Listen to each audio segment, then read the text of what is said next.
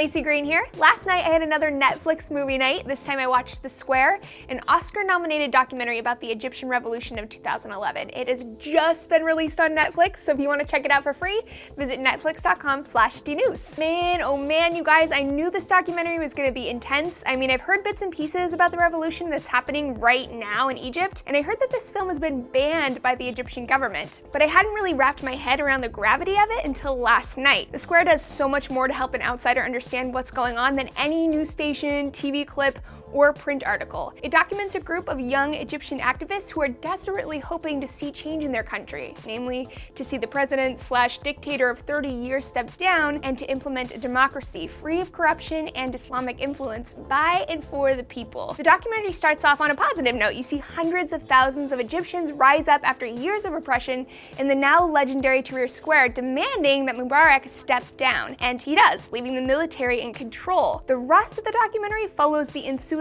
fight to defeat the police state and to begin a secular democracy. And we watch how corruption from within the system is continually beating down these young hopefuls, escalating pretty quickly actually from emotional and spiritual violence to one of the most violent and bloody civil wars of our time. I think that this story is really powerful for a few reasons. One, all of the activists in the story are my age. They're in their 20s, they're bright, they're fired up, and they're demanding peace and equality. They're so desperate that many of the revolutionaries in the film talk cavalierly about their willingness to die in the struggle for change. Another powerful point is that this is a 21st century revolution. We live during a time where cameras and internet are commonplace, and the young revolutionaries strategically use technology, YouTube, cell phones, social media, the deep web, to communicate with each other and with the outside world.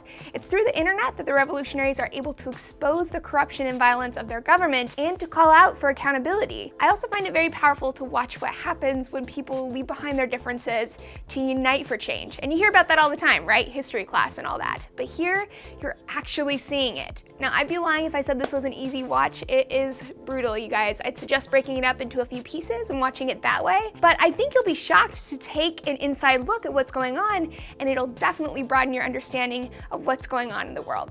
Let me know what you think if you give it a watch. If you don't have Netflix, visit netflix.com/dnews to watch this documentary or some of the other Academy Award nominees, which we'll be reviewing for free. Until next time, everyone.